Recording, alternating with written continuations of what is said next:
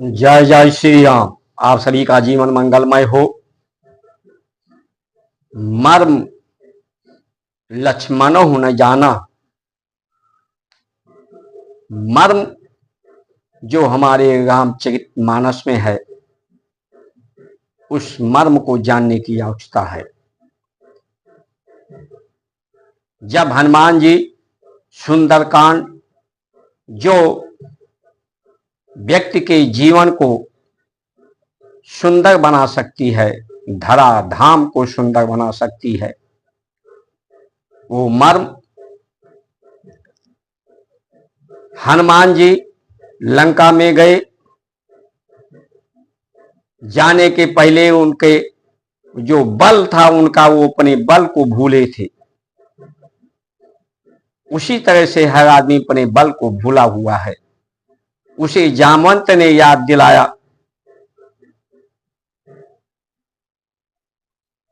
तो राम की कृपा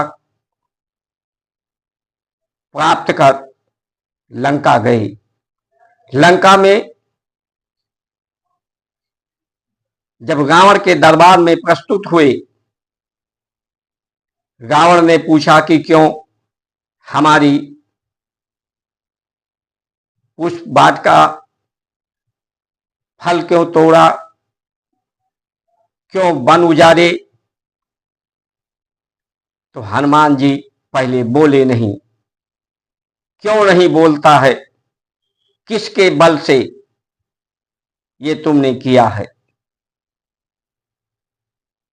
तो कहा कि जब 10 सिर वाला, 10 बुद्धि वाला जो बोल रहा हो, जो ज्ञानी अपने को समझ रहा है, उसके सामने बोलने का मतलब नहीं है।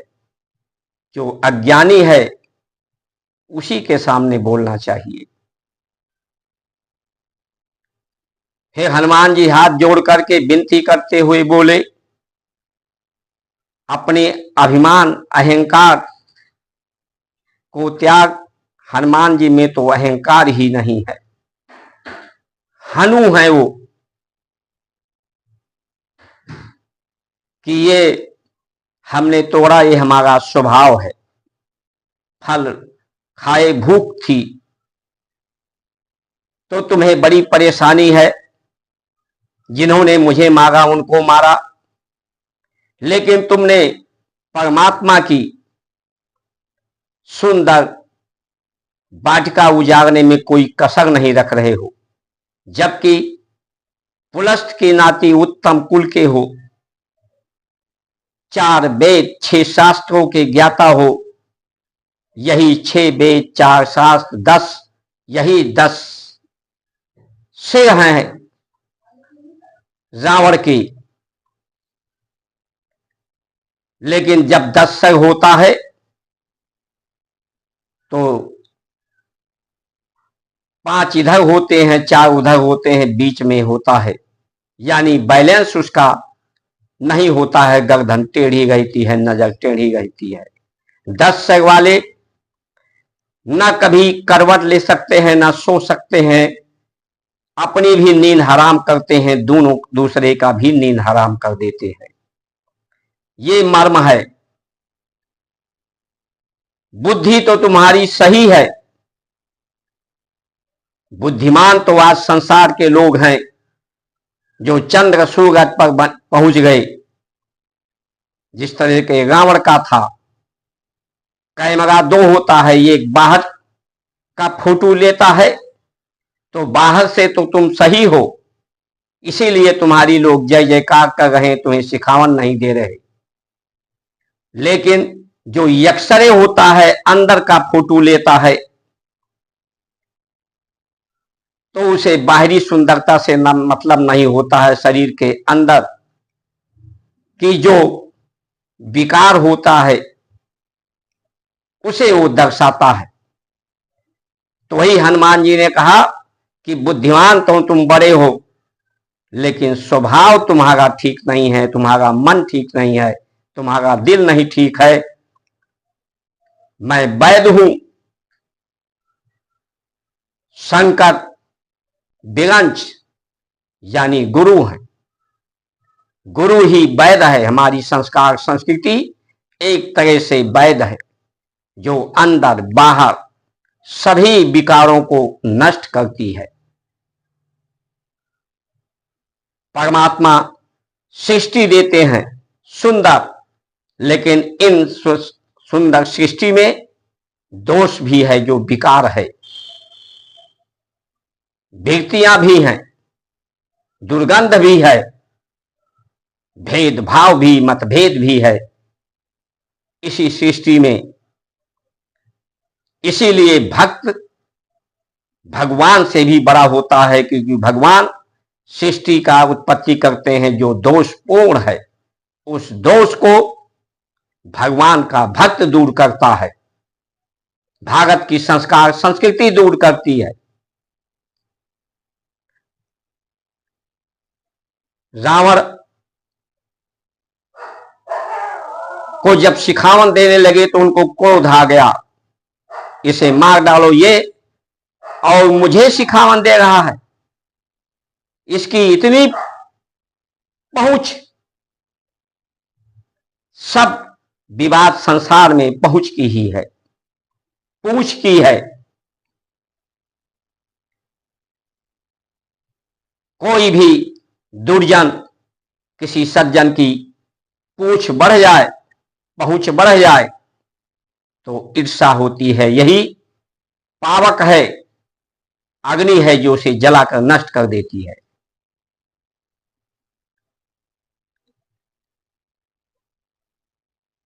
हनुमान जी की पूछ इसलिए है कि उनके हृदय में राम है, राम आगे हैं, पूछ पीछे है।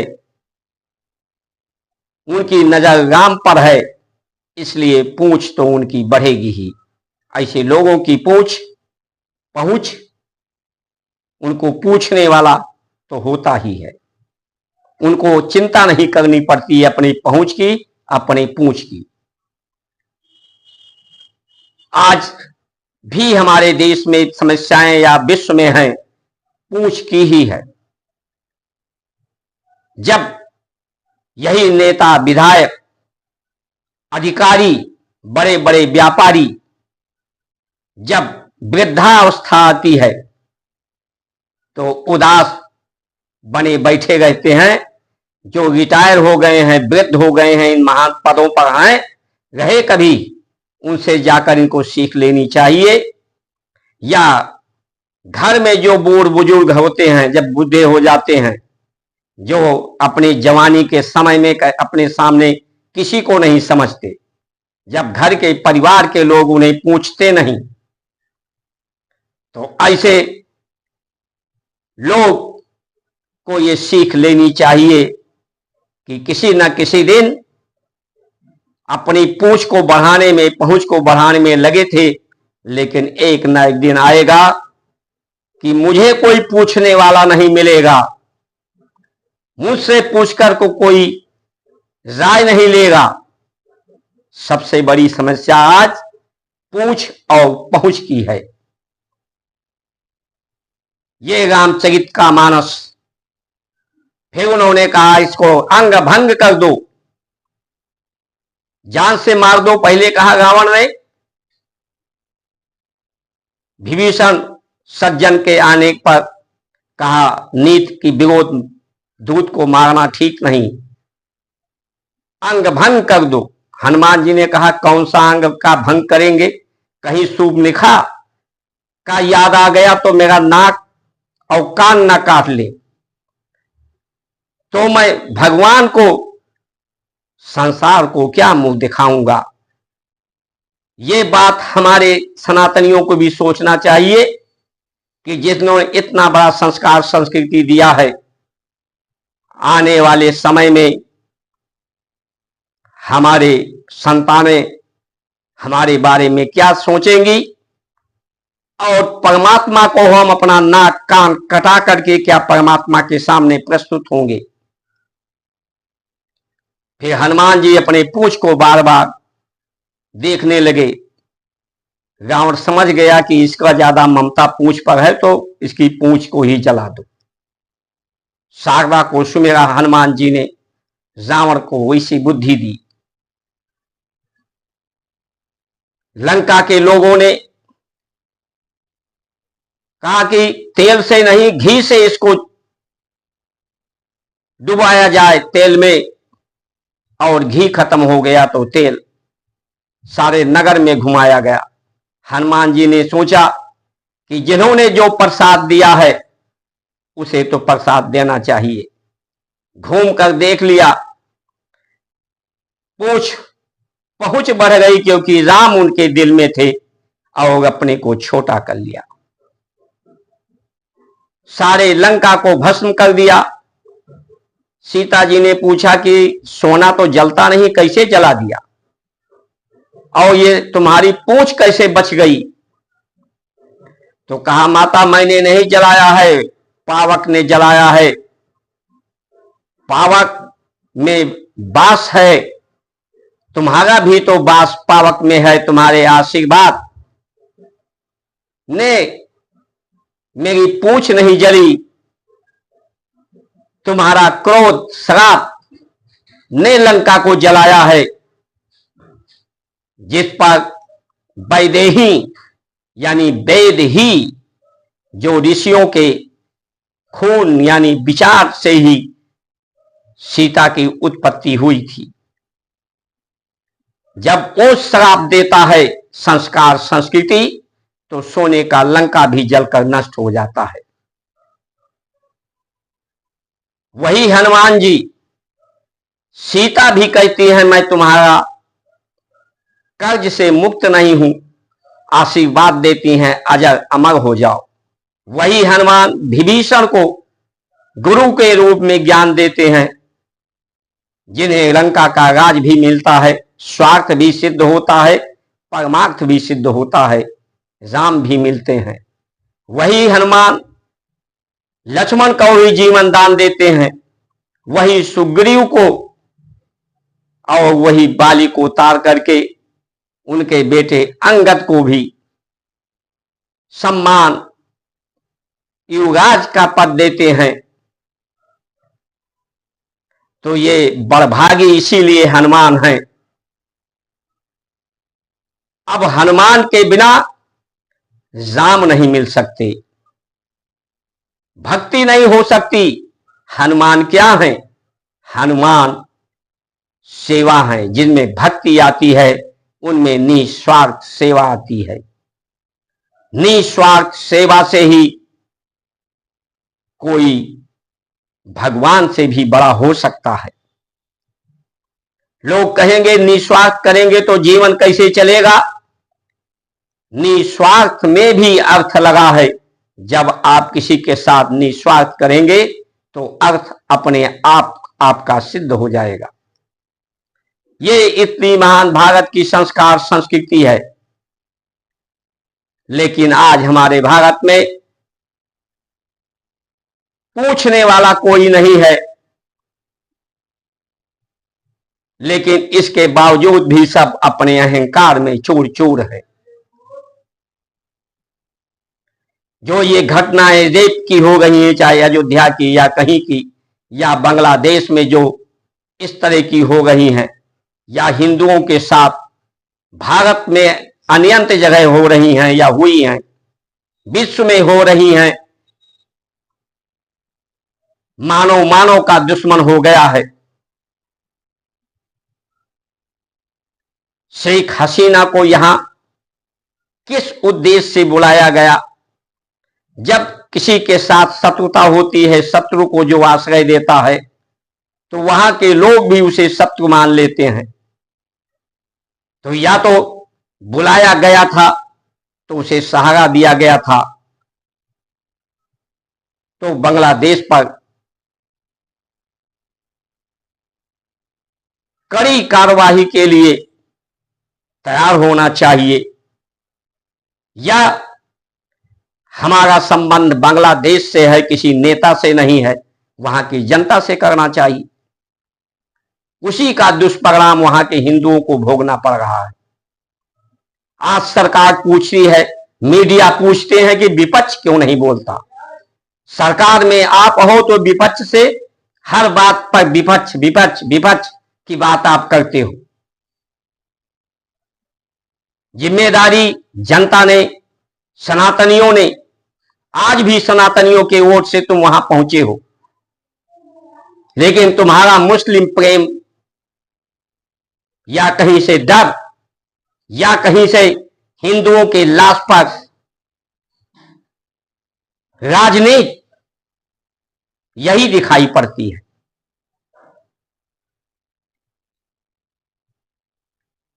चुनाव भारतीय जनता पार्टी ने नहीं लड़ा, सिर्फ मोदी की गारंटी, मोदी ने चुनाव लड़ा। और उस मोदी से किसी ने नहीं पूछा कि जिस मोदी के कहने से लोग थाली बजाने लगे थे, दीपक जला दिए थे, उस पूरे भारत में मोमबत्ती जलाए थे, आज मोदी पर विश्वास लोगों का क्यों नहीं हो रहा? क्यों नहीं उस विश्वास को तुम स्थापित कर पाए? बनारस में जहां 4 लाख वोट से जीते थे, 1.5 लाख पर क्यों आ गए? अयोध्या में क्यों हार गए? ये बात मीडिया को मोदी से पूछना चाहिए, भारतीय जनता पार्टी के संगठन को पूछना चाहिए। और ये भारतीय जनता पार्टी की इस तरह की रवैया भारतीय जनता पार्टी को गर्क में डाल देगी। और ये भारतीय जनता पार्टी ही गर्क में नहीं जाएगी, भारत की संस्कार संस्कृति सनातन नहीं बदलता, लेकिन संस्कृति बदलती रहती है। संस्कृति बदल जाएगी, संस्कृति बदल जाएगी तो संसार का जो दोष है उत्पत्ति के कारण जो है, वो दोष और द्वेष बढ़ेगा, अशांति बढ़ेगी, भेदभाव मतभेद बढ़ेगा। जो ये बड़ी बड़ी कोठियां बिल्डिंगें बनाई हैं, जब धरती में हलचल हो रहा है, भूकंप आएगा तो ये जो कई मंजिला इमारतें महानगरों में बनी है, वो शमशान में बदल जाएंगी। क्योंकि बुद्धि आज बढ़ी है पूरे विश्व की, भारत की, लेकिन मन और हृदय का दवा नहीं हुआ है, ये नहीं ठीक हुई है, स्वभाव नहीं ठीक हुआ है। शिक्षा प्रणाली हमारी दोषपूर्ण है। उसमें शिक्षा जो होती है वो बुद्धि चेतन मन ग्रहण करती है, दीक्षा जो होता है अचेतन धारण करता है। बगैर दीक्षा के शिक्षा सिर्फ बर्बादी फैलाएगी। जब तक अन्न शुद्ध नहीं होगा, गौ का सबसे ज्यादा गौ मांस का निर्यात इस मोदी सरकार में हुआ है। तो हम धर्म की बात किस मुख से कहते हैं, जिस पर लोगों का विश्वास ही नहीं है, श्रद्धा ही नहीं है। इसी श्रद्धा विश्वास के कारण ही सीता का शराप भी है। उस शराप को समझने का प्रयास जो अयोध्या वासियों को, धर्म के लोगों को दिया था सीता मां ने, क्यों? क्योंकि विश्वास नहीं था कि सीता पवित्र है, उनको वनवास जाना पड़ा था। इसलिए समय रहते सजग होने की आवश्यकता है। कुल मिलाकर के और इसकी व्याख्या किया जाए, समीक्षा किया जाए, तो ये युग परिवर्तन का समय है, इसलिए सब निर्वश हैं। क्योंकि संसार के जो प्रकृति है उसमें गति है। एक स्थान पर पौधे, पहाड़ एक स्थान पे रहते हैं, उनका स्थान नहीं बदलता, उसे गति। और जो जीव हैं उनमें चाल होता है, जो चाल होता है उस पर नियंत्रण ना हो, चाल इंद्रियों का, मन का, तो बदहाल स्थिति पैदा होती है। आज नियंत्रण नहीं है। भारत की संस्कार संस्कृति का ये पतन का कारण ही जब युग परिवर्तन होता है। हम दूसरों को सुधारने चलते हैं, हम सुधरेंगे तो जग सुधरेगा। पहले अपने को सुधारो, अपने साथियों, अपने पार्टी लोगों को सुधारो, कोई अपने परिवार को सुधारो, फिर दूसरे को सुधारने की बात हम करें।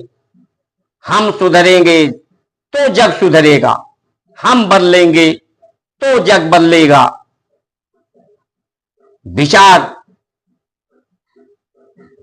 सतयुग में, द्वापर त्रेता में वही पृथ्वी, वही सूर्य चंद्र तारे, वही मनुष्य सृष्टि, वही मनुष्य की अवस्थाएं, वही 3 अवस्थाएं उस समय भी थी, आज भी हैं। सिर्फ लोगों के विचार बदल गए हैं, क्योंकि लोगों के भोजन, वेशभूषा, भाषा बदल गई है। विचार बदलने से व्यवस्थाएं बदल जाती हैं। इसलिए व्यवस्थाओं को बदलने के लिए ये युग परिवर्तन होगा। इसलिए अपनी जरूरतें कम से कम करें, भारत की संस्कार संस्कृति से जुड़कर अपने औलाद की, अपने भारत की संस्कार संस्कृति की सुंदरता की रक्षा करें, धर्म की रक्षा करें, धर्म आपकी रक्षा करेगा। इस वीडियो को अधिक से अधिक लोगों को पहुंचाकर, शेयर करके, subscribe, like, share, follow, comment करके आप भारत की संस्कार संस्कृति के सहयोगी बनिए, अनुरागी बनिए, परमात्मा की कृपा प्राप्त करिए। इन्हीं वचनों के साथ आप सभी का सुमंगल कामना करते हुए जय श्री राम।